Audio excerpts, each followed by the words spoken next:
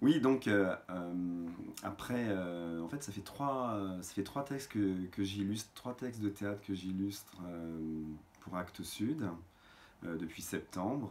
Anacolute, La révolte des couleurs et L'amour vainqueur, qui est le dernier d'Olivier Py.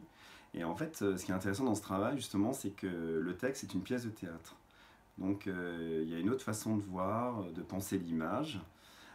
En particulier pour L'amour vainqueur, Olivier Py, en fait, il revisite pour moi les contes en général. On avait parlé, c'est vrai, de réponses. Donc du coup, moi, en fait, c'était déjà, pour moi, c'était une première approche.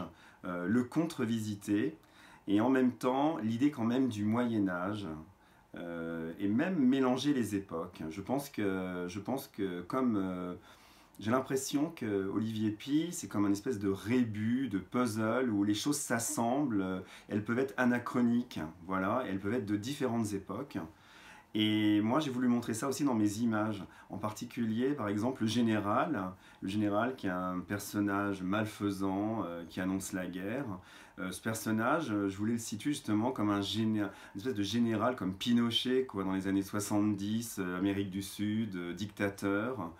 Et puis en même temps, je voulais qu'il y ait ce décalage avec le prince, la princesse, qui eux étaient plutôt une représentation pour moi du Moyen Âge médiéval.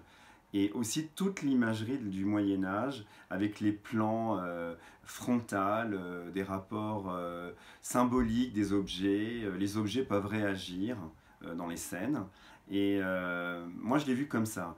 Il y a tout un travail chez cet auteur aussi, une espèce de monde travesti. On est homme, on est femme, on est mixte. Il y a une espèce de mélange tout le temps. Les gens se déguisent, les gens chantent.